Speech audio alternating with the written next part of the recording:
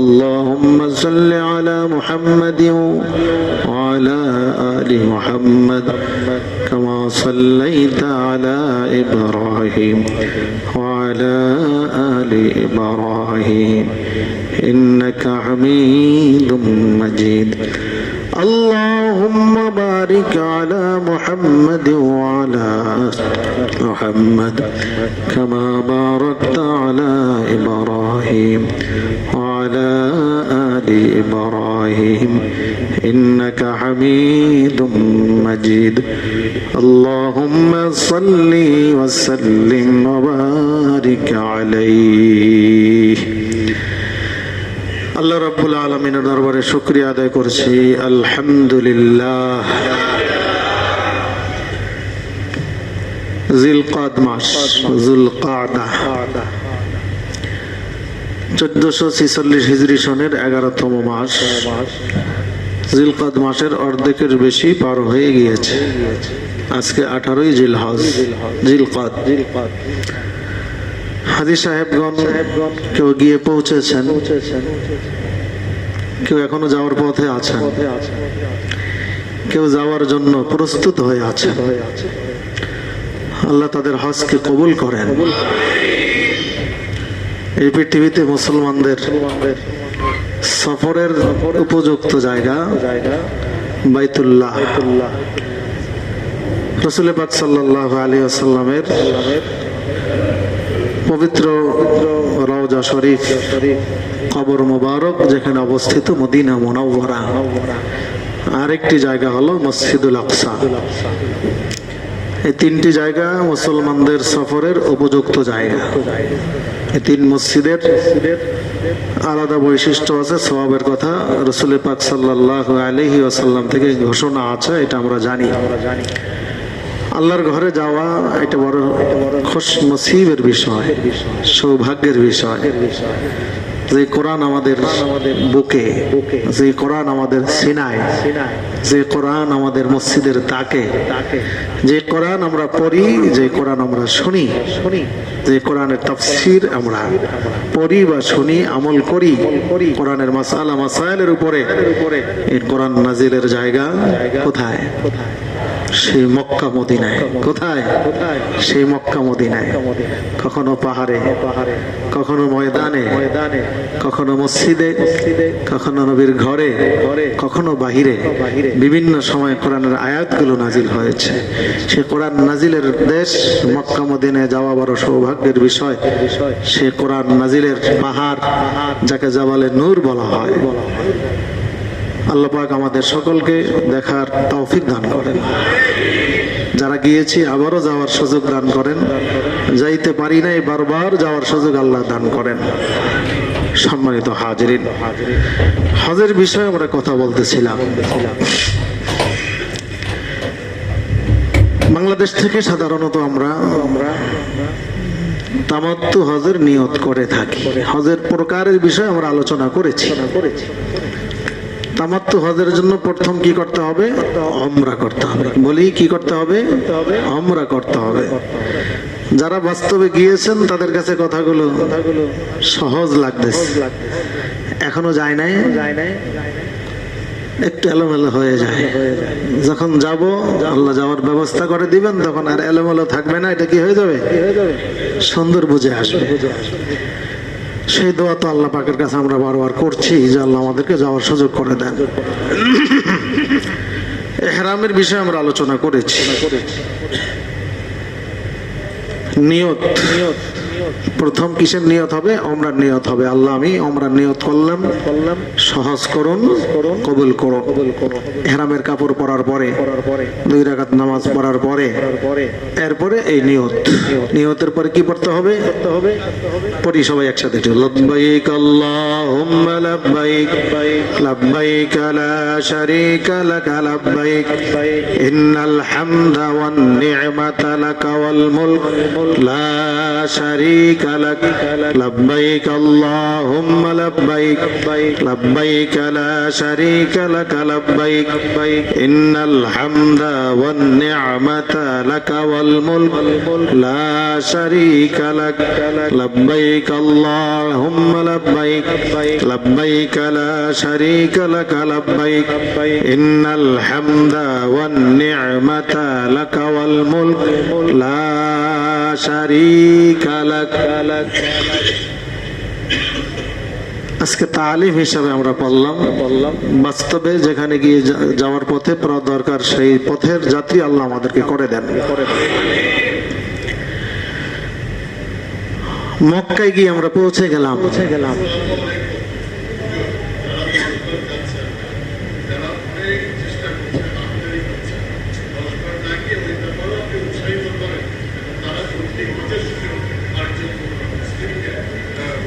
জি ইনশাল্লাহ ইনশাল্লাহ খেয়াল রাখবো। জি জি আমরা মক্কায় পৌঁছে গেলাম। কি বলেন? পৌঁছানোর পরে তাওয়াফের কার্যক্রম করতে হবে। তাওয়াফের কয়টি ফরজ? কয়টি ফরজ? দুইটি ফরজ। একটি হলো ইহরাম করা, সেটা হয়ে গেছে। দ্বিতীয় ফরজ হলো তাওয়াফ করা। তাওয়াফ করার জন্য কোথায় যেতে হবে? কাবা ঘরের কাছে যেতে হবে। কাবা ঘরের কাছে যাওয়ার জন্য মসজিদুল হারাম, মসজিদে অতিক্রম করে যেতে হবে। এই মেহরাবে আসতে হইলে কি মসজিদ অতিক্রম করে আসতে হয়। তাই মসজিদ অতিক্রম করার সময় আমাদের কিছু কাজ আছে।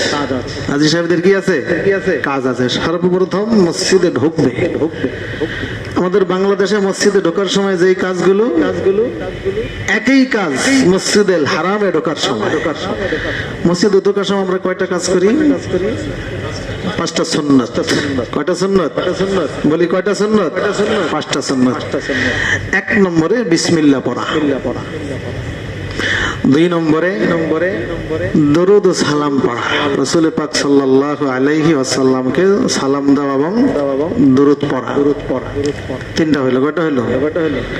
4 নম্বরে দোয়া পড়া। কি দোয়া পড়ি আমরা? আল্লাহুম্মা ইফতাহ লি আবওয়াব রাহমাতিক। 4 নম্বরে ইতিকাফের নিয়ত করা, নফল ইতিকাফের নিয়ত করা। কয়টা কাজ হইলো? এই 5টা কাজ ওখানেও আছে। একসাথে এইভাবে 3টা। বিসমিল্লাহি আসসালাতু ওয়াসসালামু আলা রাসূলিল্লাহি আল্লাহুম্মা ইফতাহ লি আবওয়াবা রাহমাতিক। 3টা একসাথে হয়ে গেল। বিসমিল্লাহ হইল, আল্লাহর নবীর উপরে দরুদ হলো, সালাম হয়ে গেল। এরপরে দোয়া, আল্লাহুম্মা ইফতাহ লি আবওয়াবা রাহমাতিক। কয় নম্বরে? 4 নম্বরে। 5 নম্বরে আমি ইতিকাফের নিয়ত করলাম, নফল ইতিকাফের নিয়ত করলাম। এভাবে করা। তো মসজিদুল হারামে ঢোকার সময় একই কাজ, সেখানে দোয়ার মধ্যে একটু বাড়তি আছে। কি আছে? আল্লাহুম্মা গফিরলি যুনুবি ওয়াফতাহ লি আবওয়াবা রাহমাতিক। সাধারণত আমরা পড়ি আল্লাহুম্মা ইফতাহ লি আবওয়াবা রাহমাতিক। সেখানে ইগফিরলি যুনুবি এতটুকু বেশি। আল্লাহুম্মা ইফতাহ লি আবওয়াবা রাহমাতিক, হে আল্লাহ আমার জন্য আপনার রহমতের দরজাগুলো খুলে দিন। আর এখানে অর্থ হবে আল্লাহুম্মা গফিরলি যুনুবি ওয়াফতাহ লি আবওয়াবা রাহমাতিক, হে আল্লাহ আমার গুনাহ মাফ করে দেন, আমার গুনাহসমূহ মাফ করে দেন এবং আপনার রহমতের দরজাগুলো আমার জন্য খুলে দেন। এরপরে ইতিকাফের নিয়ত করা। 5টা কাজ হয়ে গেল। হয়ে যাওয়ার পরে সর্বপ্রথম যখন কাবাগর নজরে আসবে, সর্বপ্রথম যখন কি আসবে? কাবাগর নজরে আসবে, তখন 3 বার পড়বে হজ যাত্রী, উমরার যাত্রী আল্লাহু আকবার। কি পড়বে? আল্লাহু আকবার, আল্লাহু আকবার। কয়বার পড়বে? কি পড়বে? আল্লাহু আকবার, আল্লাহু আকবার, আল্লাহু আকবার। এরপরে একবার পড়বে লা ইলাহা ইল্লাল্লাহ। এরপরে দোয়া আছে, মুখস্থ থাকলে পড়বেন, সম্ভব হলে আগে থেকে প্রস্তুতি নিতে হবে। কি বলেন? দুর্ভাগ্য, হজের প্রস্তুতি আগে থেকে হয় না। অনেক ব্যস্ততা আমাদের জীবনে। একটা হজ, এজন্য কতদিন আগে থেকে প্রস্তুতি নেওয়া দরকার?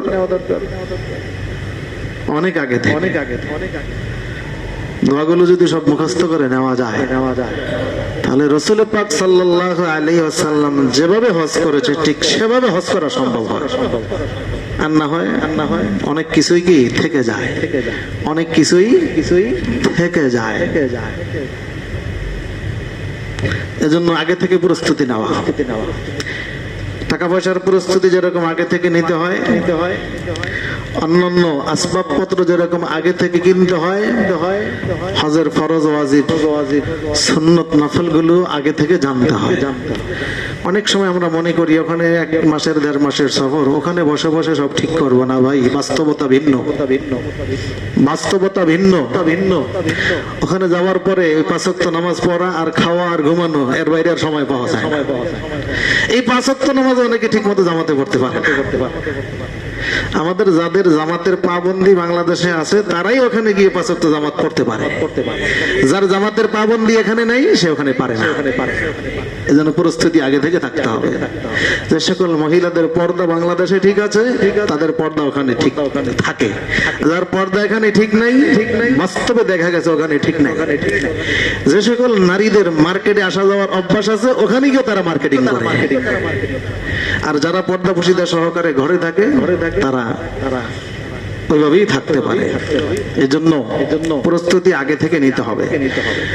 তো যদি সম্ভব হয়, পারা যায়, তাহলে কাবাগর দেখে এই দোয়াটি পড়া, আল্লাহুম্মা জিদ বাইতাকা হাযা তা'যীমান ওয়া তাশরীফান ওয়া তাকরীমান ওয়া মাহাবাতান ওয়া জিদ মান শাররাফাহু ওয়া কাররামাহু মিম্মান হাজ্জাহু আও ই'তামারাহু তাশরীফান ওয়া তাকরীমান ওয়া তা'যীমান ওয়া বিররান আল্লাহুম্মা আনতাস সালাম ওয়া মিনকাস সালাম ফাহাইয়িনা রাব্বানা বিস সালাম।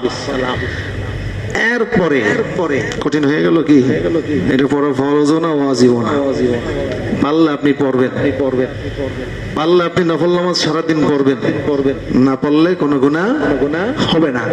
কিন্তু পড়তে পারলে অনেক বড় ভাগ্যের অধিকারী হবে।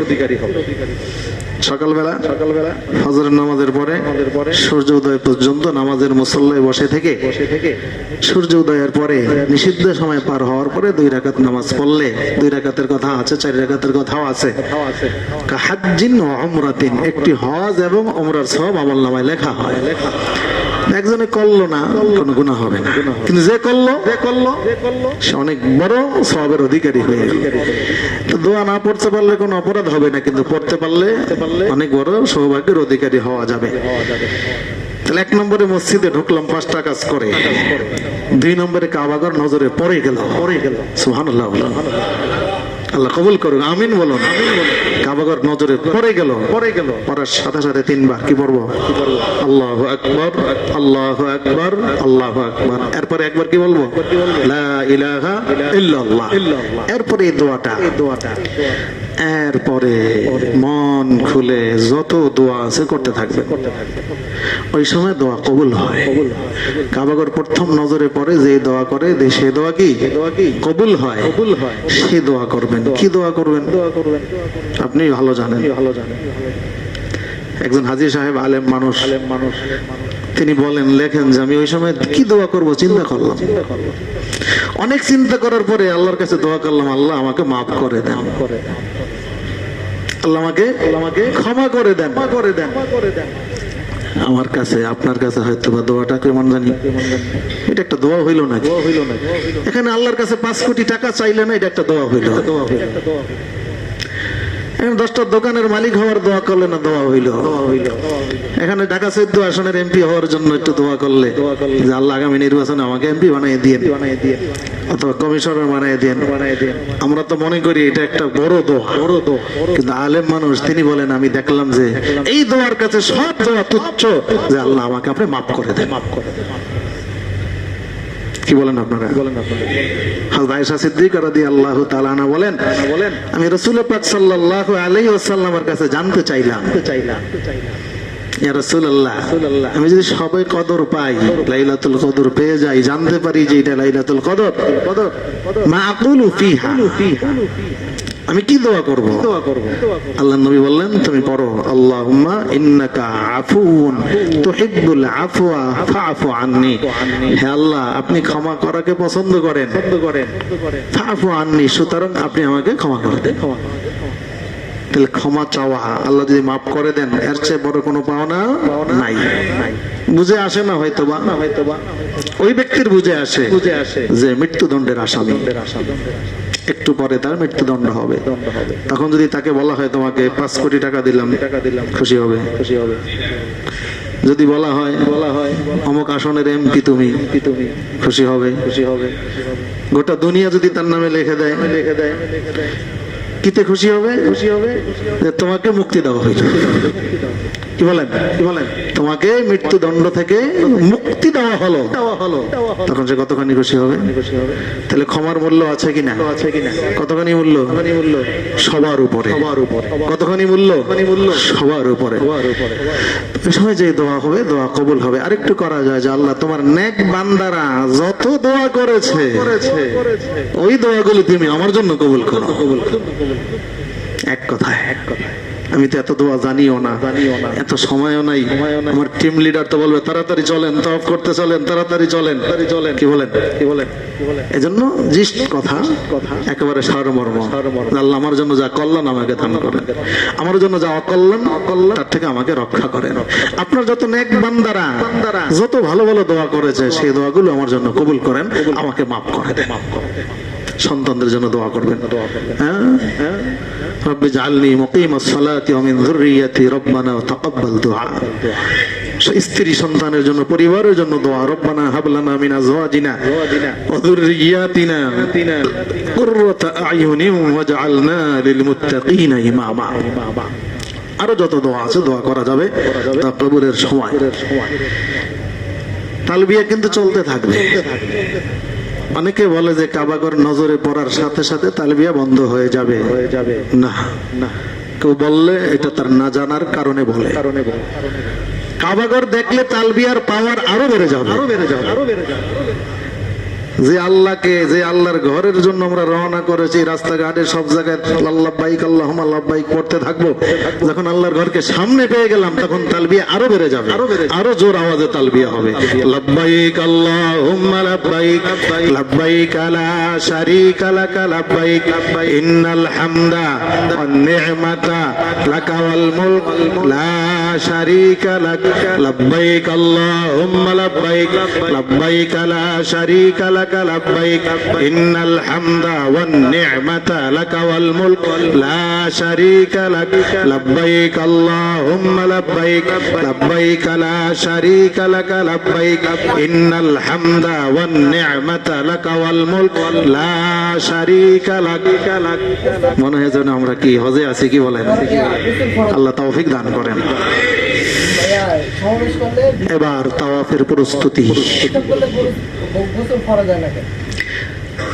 হাজারে আসওয়াদের বরাবর গিয়ে তাকে কাবাগরের দিকে ফিরে, হাজারে আসওয়াদকে ডান দিকে রেখে, অর্থাৎ কাবাগরের দিকে ফিরলে হাজারে আসওয়াদটা অটোমেটিক ডান দিকে পড়ে যাবে। এই কোনা বরাবর গিয়ে একটু আগে নিয়ত করতে হবে, আল্লাহ আমি উমরার নিয়ত করছি, উমরা আমার জন্য সহজ করুন, কবুল করুন। আল্লাহুম্মা ইন্নী উরিদু, হ্যাঁ উমরার নিয়ত তো আগেই করেছি। আল্লাহুম্মা ইন্নী উরিদু তাওয়াফাল উমরাতি ফায়াসসিরহু লি ওয়া তাকাব্বালহু মিন্নি। আরবিতে পারেন না, দরকারও নাই, বাংলায় বলেন। আল্লাহ আমি উমরার তাওয়াফের নিয়ত করলাম, আমার জন্য সহজ করুন, কবুল করুন। এরপরে হাজারে আসওয়াদ বরাবর দাঁড়াইতে হবে, হাজারে আসওয়াদ বরাবর দাঁড়াইতে হবে। হাজারে আসওয়াদ বরাবর দাঁড়ানোর পরে যা করতে হবে সুন্নত তরিকা অনুযায়ী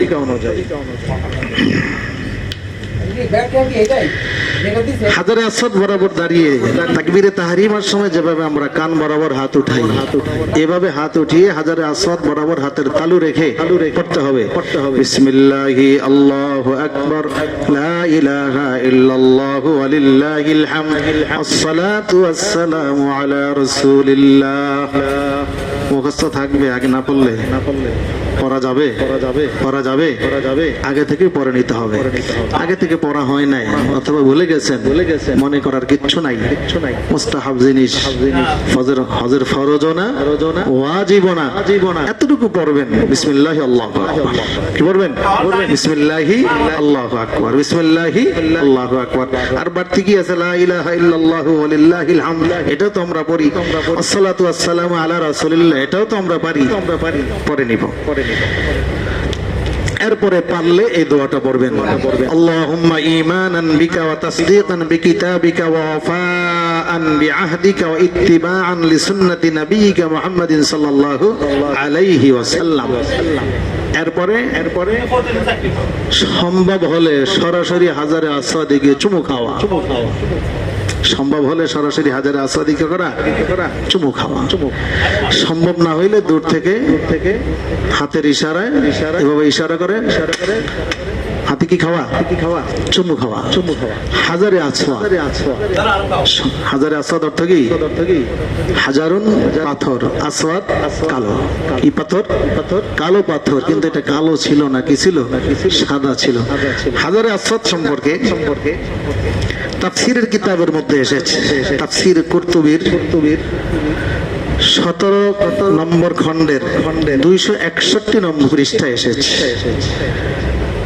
روى إكرمة عن ابن عباس رضي الله تعالى عنه قال ثلاثة أشياء نزلت مع آدم عليه السلام: الحجر الأسود وكان أشد بياضا من الثلج، وعصا موسى وكانت من آس الجنة طولها 10 أذرع مع طول موسى، والحديد أنزل معه 3 أشياء: السندان والكلبتان والميقعة وهي المطرقة। তাফসীরে কুরতুবীর মধ্যে এসেছে হযরত ইকরিমা রাদিয়াল্লাহু তাআলা আনহু বলেন, ইকরিমা তিনি কে? তিনি আবু জাহেলের ছেলে। আবু জাহেলের ব্যাপারে আমরা রাদিয়াল্লাহু আনহু বলতে পারি না, বরং অনেকে কি পড়ে? লানাতুল্লাহ পড়ে। আর ইকরামার ক্ষেত্রে আমরা কি পড়ি? রাদিয়াল্লাহু তাআলা আনহু। পার্থক্য কি? সে কাফের, সে মুসলমান। সুবহানাল্লাহ বলুন। আবু জাহেলের ছেলে কি হয়ে গেছে? মুসলমান হয়ে গেছে। শুধু মুসলমান না, একজন বড় মুফাসসির ছিলেন, কোরআনের তাফসীর কারক ছিলেন। ইকরামা রাদিয়াল্লাহু তাআলা আনহু বলেন, হযরত আব্দুল্লাহ ইবনে আব্বাস রাদিয়াল্লাহু তাআলা আনহু বলেছেন, রাইসুল মুফাসসিরিন, কোরআনের যত তাফসীর কারক পৃথিবীতে ছিলেন, আল্লাহর নবীর পরে আব্দুল্লাহ ইবনে আব্বাসের স্থান সবার উপরে। সালাসাতু আশিয়াইন নাযালাত মা আদম আলাইহিস সালাম, 3টি জিনিস হযরত আদম আলাইহিস সালামের সাথে জান্নাত থেকে এসেছে। 3টি জিনিস হযরত আদম আলাইহিস সালামের সাথে জান্নাত থেকে এসেছে। তার মধ্যে একটি হলো আল হাজারুল আসওয়াদ, একটি হলো হাজারে আসওয়াদ।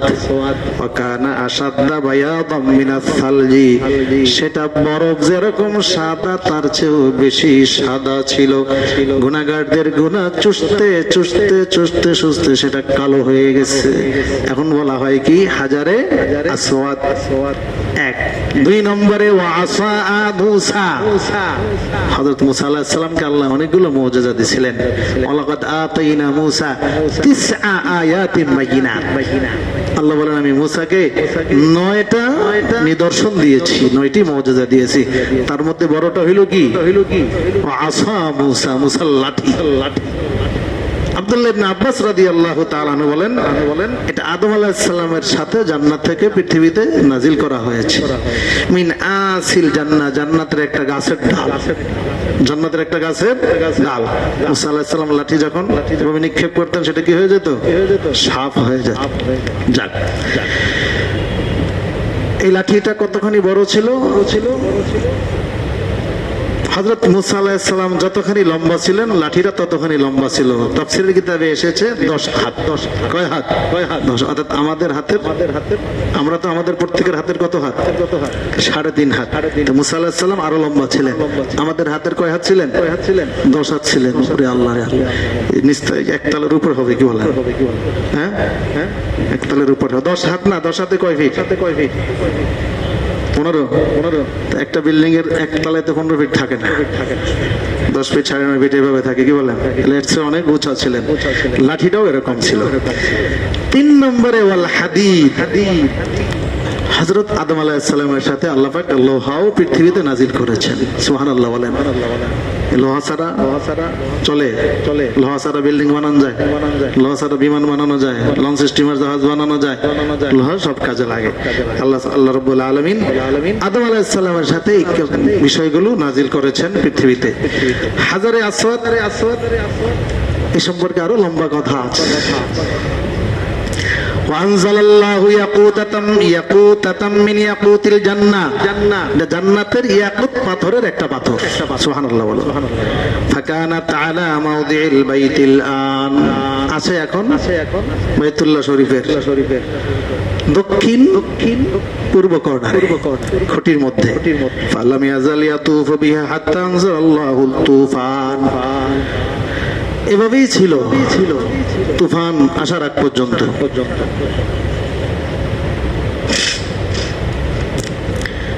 যখন মুসা এই হযরত নূহ আলাইহিস সালামের জামানায় তুফান নাজিল হইল, আল্লাহ পাক এটাকে উঠায় নিলেন। হাত্তা বাআসাল্লাহু ইব্রাহিম আলাইহিস সালাম, অনেক লম্বা কথা।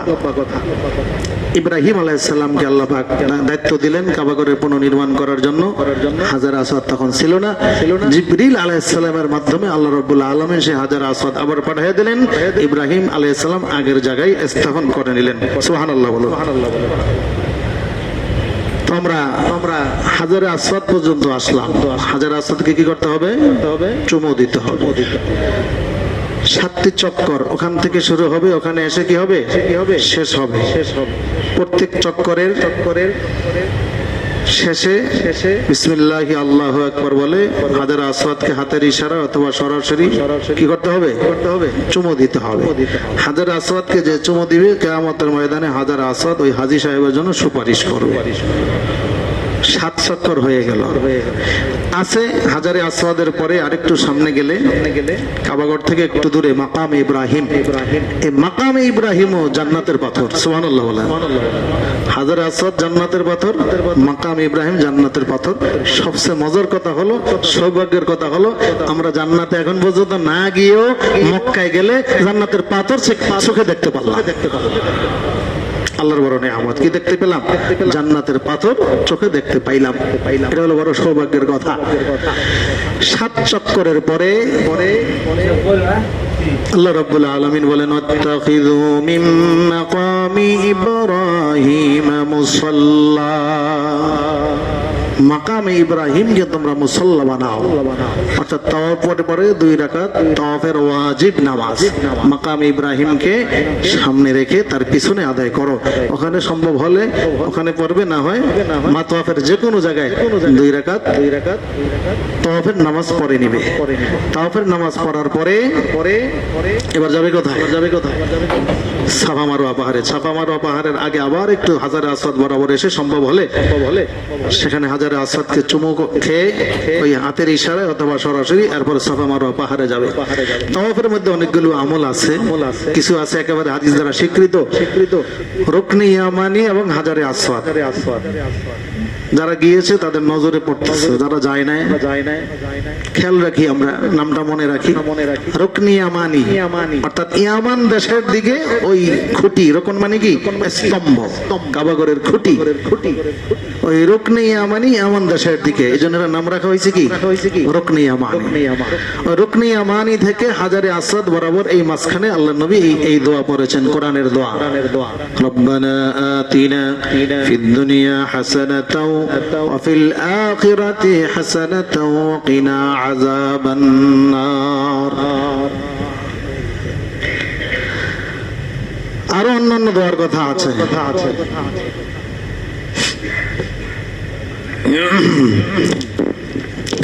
তো সাফা মারওয়ার মাঝে কয় চক্কর দিতে হবে?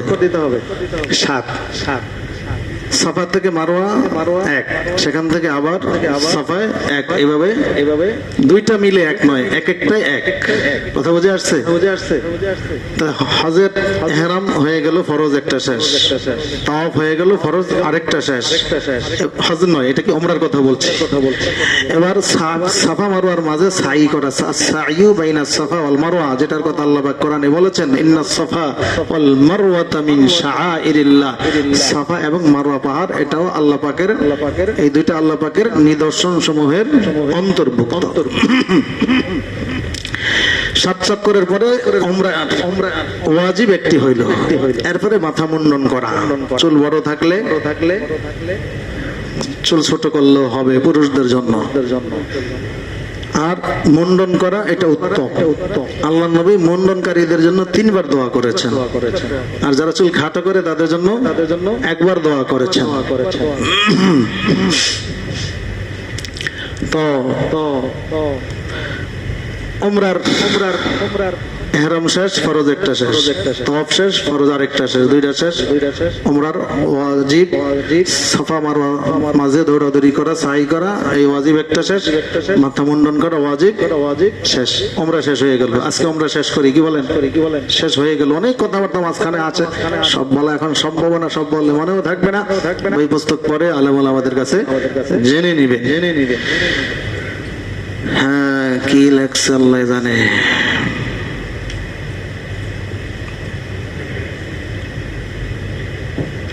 আমরা সপ্তাহে একদিন স্কুল মাঠে জুমার নামাজ আদায় করি।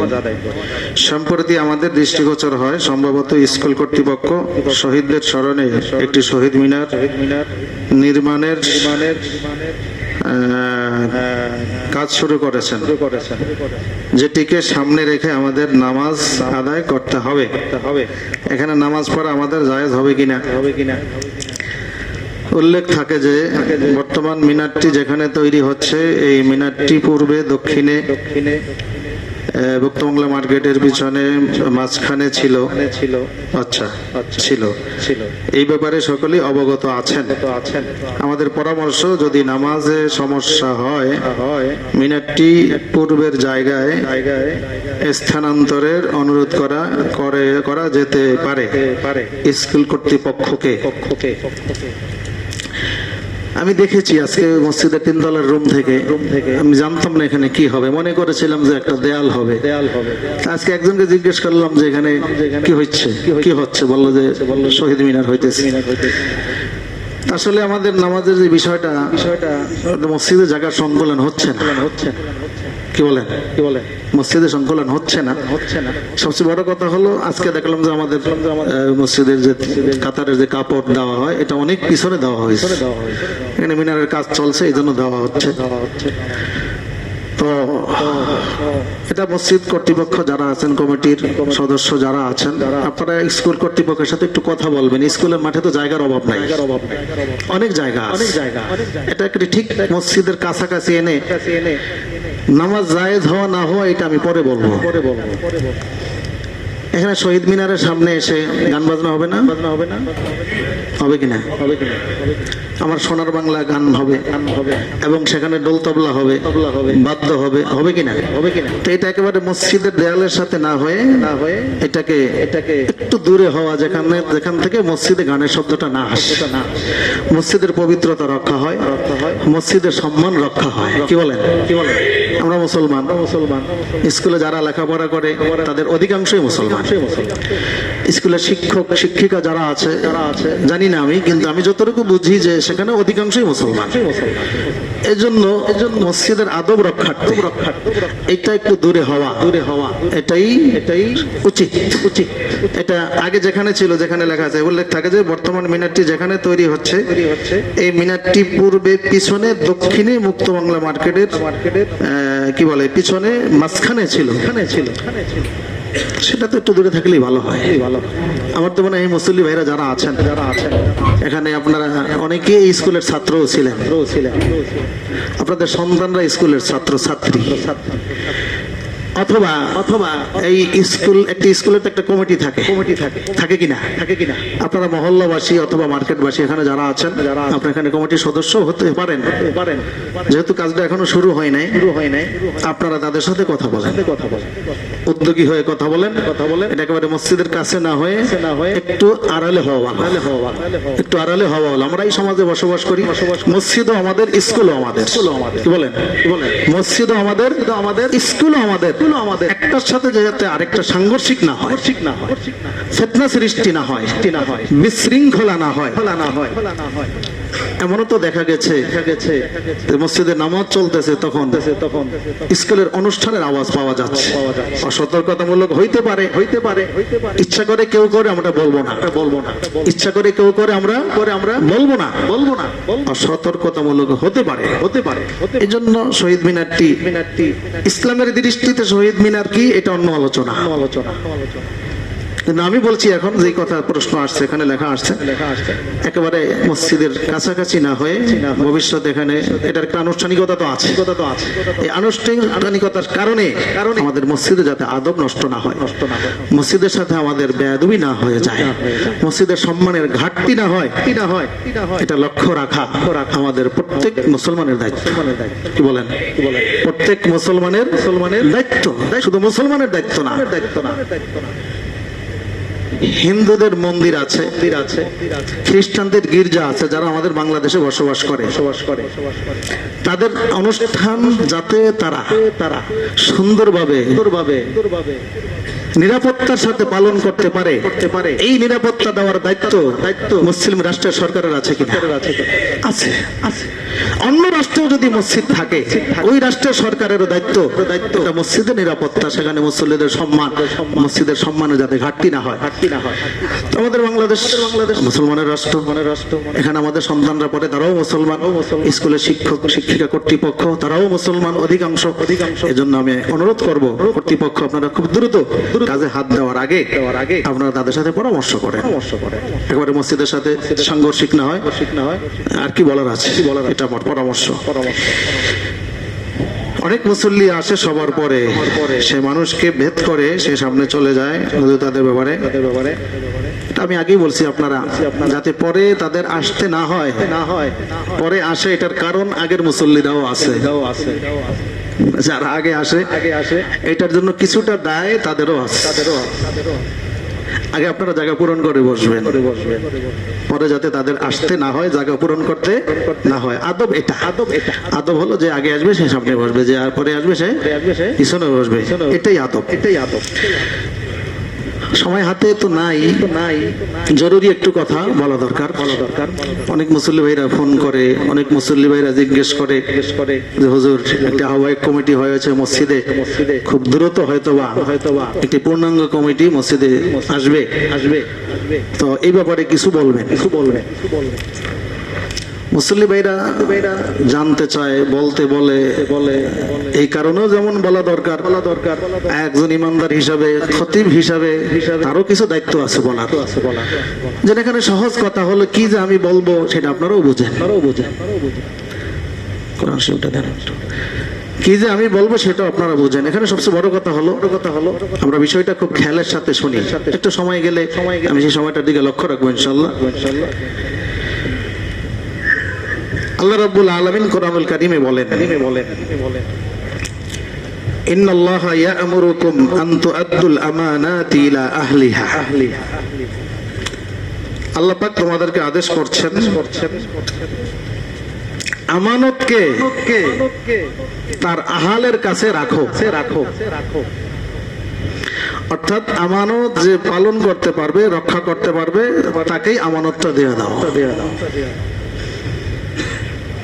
আপনার একটা সন্তান কথার কথা জানেন যে তার স্বভাব ভালো না অপচয় করে নষ্ট করে কোন খারাপ কিছুর সাথে জড়িত আছে তখন আপনার ধনভাণ্ডারের চাবি টাকার ক্যাশের চাবিটা কি তাকে দিবেন কেন দিবেন না সে আমানত রক্ষা করতে পারবে না সহজ কথা আপনার সন্তানকে আপন ছেলে হওয়ার পরেও ক্যাশের চাবিটা তাকে দিচ্ছেন না আপনি কেন দিচ্ছেন না আমানত থাকবে না, থাকবে না। আমানত কি? আমানত কি? থাকবে না, থাকবে না, থাকবে না। সেখানে একটা রাষ্ট্রের ক্ষমতা যখন কারো হাতে দিবেন, সেখানে একই চিন্তা আপনাকে করতে হবে। সেখানে যখন একটা প্রতিষ্ঠানের ক্ষমতা কাউকে দিবেন, একই চিন্তা আপনাকে করতে হবে। যখন একটা সমিতি 10 জনে 20 জনে 30 জনে 100 জনে 200 জনে মিলে কি হয়, একটা সমিতি হয়। সেখানে আপনি ক্ষমতা যাকে দিবেন হিসাব করে দিতে হবে, যাতে আমাদের সকলের খেয়ানত না করে বসে। আল্লাহর নির্দেশ, আল্লাহর কোরআনে কি না আছে বলেন, আপনি কি খোঁজ করবেন, পেয়ে যাবেন। সূরা নিসা 58 নম্বর আয়াত। ইন্নাল্লাহা ইয়া'মুরুকুম, আল্লাহ তোমাদেরকে নির্দেশ করছেন। কি করছেন? আনতু আব্দুল আমানাত, আমানত রাখো ইলা আহলিহা, যোগ্য ব্যক্তির কাছে। কার কাছে? কার কাছে?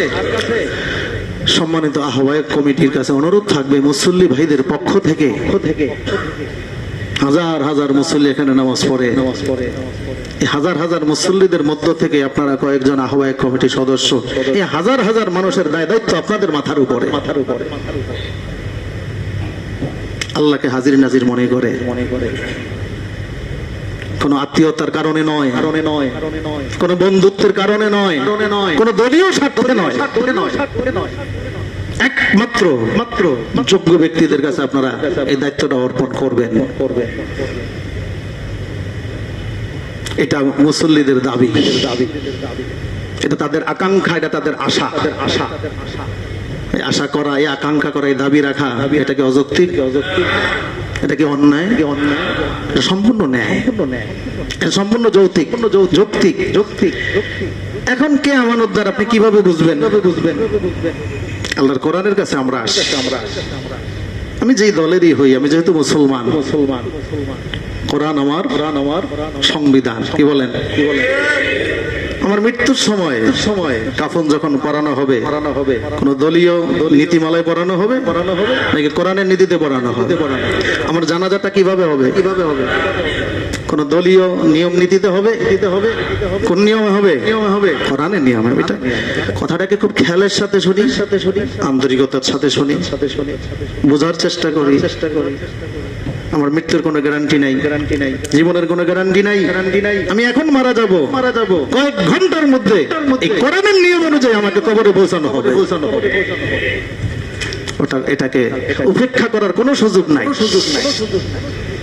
বাদ দেওয়ার কোনো সুযোগ নাই, অবহেলা করার কোনো সুযোগ নাই। তো কাফন পরানো হবে কোরআনের নিয়মে, খবরে দেওয়া হবে কোরআনের নিয়মে, পরবর্তীতে যা হবে সব কোরআনে আছে। আল্লাহ রাব্বুল আলামিন এই মসজিদের ব্যাপারে আমি আয়াত আরো একদিন বলেছি, সূরা আনফালের 34 নম্বর আয়াত। আল্লাহ বলেছেন ইন আউলিয়াহু ইল্লাল মুত্তাকুন। মসজিদুল হারামের কথা বলেছেন, মক্কার যে মসজিদ, আগেই মসজিদুল হারামের কথা আছে। ওমা লাহুম আল্লা ইউআযিবাহুমুল্লাহু হুম ইয়াসুদ্দুনা আনিল মাসজিদিল হারাম ওমা কানু আউলিয়া। কাফের মুশরিক তারা মসজিদুল হারামের পরিচালনা কমিটি, তত্ত্বাবধায়ক, মুতাওয়াল্লি।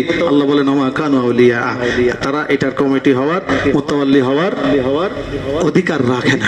ইন আউলিয়াহু ইল্লাল মুত্তাকুন, এটার অধিকার রাখে একমাত্র মুত্তাকি ব্যক্তিরা। কারা? মুত্তাকি, পরহেজগার। এখন যদি কেউ বলেন যে মুত্তাকি না পাইলে 5000 মুসল্লি কমিটি হওয়ার জন্য কতজন লাগবে?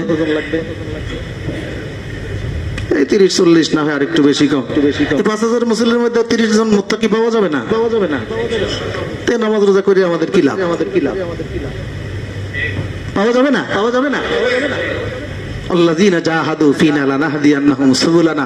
আল্লাহ বলেন চেষ্টা করো, রাস্তা আমি দেখাইয়া দেব। চেষ্টা করো, রাস্তা দেখানোর দায়িত্ব আমার। সুবহানাল্লাহ বলেন। আল্লাহর কোরআনে কি না আছে?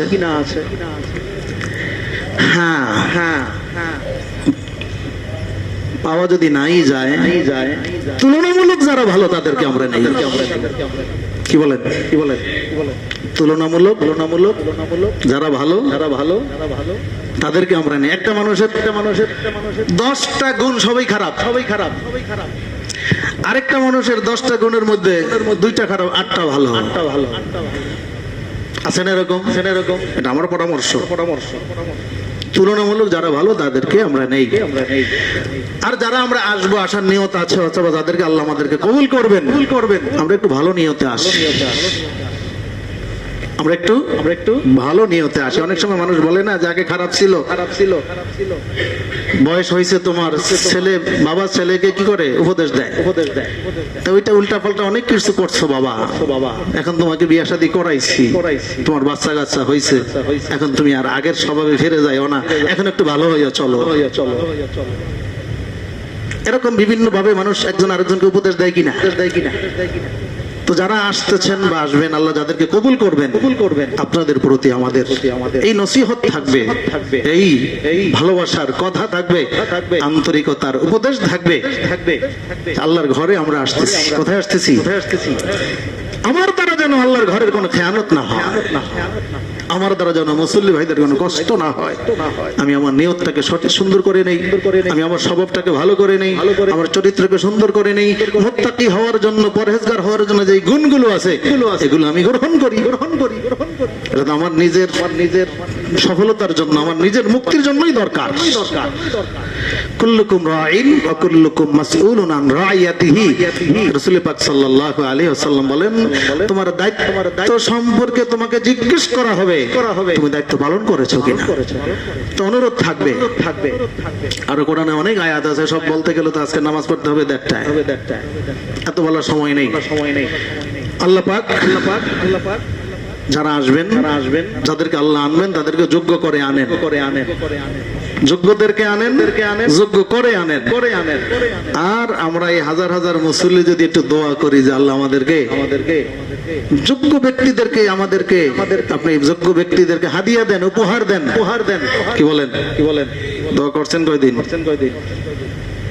আজকের থেকে দোয়া করেন। দোয়া কবুল হয় না? দোয়া কবুল হয় না? দোয়া আমরা করার দায়িত্ব আমাদের, কবুল করার দায়িত্ব কার? কবুল করার দায়িত্ব কার? আল্লাহ কখন করবেন সেটা আল্লাহর ব্যাপার। দোয়া কখনো বৃথা যায় না। দোয়া কখনো কোনোটার সাথে সাথে কবুল হয়, কোনোটা একটু পরে হয়। দুনিয়ায় যদি নাও হয়, পরকালে আল্লাহ এটার বদলে কিছু দিবেন। দোয়া চাইতে গিয়ে যদি কেউ ভুল করে, ভুলটা চায়, আল্লাহ ওইটা না দিয়ে পরিবর্তে ভালোটা দেন। বলার সময় নেই, আমরা দোয়া করব। মসজিদে একটা ভালো কমিটি উপহার আসো, ভালো কমিটি আল্লাহ উপহার দেন। দোয়া করবেন কিনা? দোয়া করবেন কিনা? কে কে হাত নামান। তাহাজ্জুদ নিয়মিত যারা পড়েন আলহামদুলিল্লাহ। কারো যদি পড়ার এইভাবে সুযোগ না হয়, একদিনের জন্য মসজিদের একটা ভালো কমিটি যাতে আল্লাহ উপহার দেয়, একদিন তাহাজ্জুদ পড়বেন। রাজি আছেন? পারলে একদিন রোজাও রাখবেন, পারলে একদিন রোজাও রাখবেন। কষ্ট পেলেন নাকি আমার কথায়? সব হবে না রোজা রাখলে? আল্লাহর কাছে আমরা কান্নাকাটি করো, আল্লাহ এত বড় মসজিদ, কেন্দ্রীয় মসজিদ, একটা ভালো কমিটি আল্লাহ আমাদেরকে উপহার দেন। অনেক কথাই বললাম, কেউ কষ্ট নেবেন না।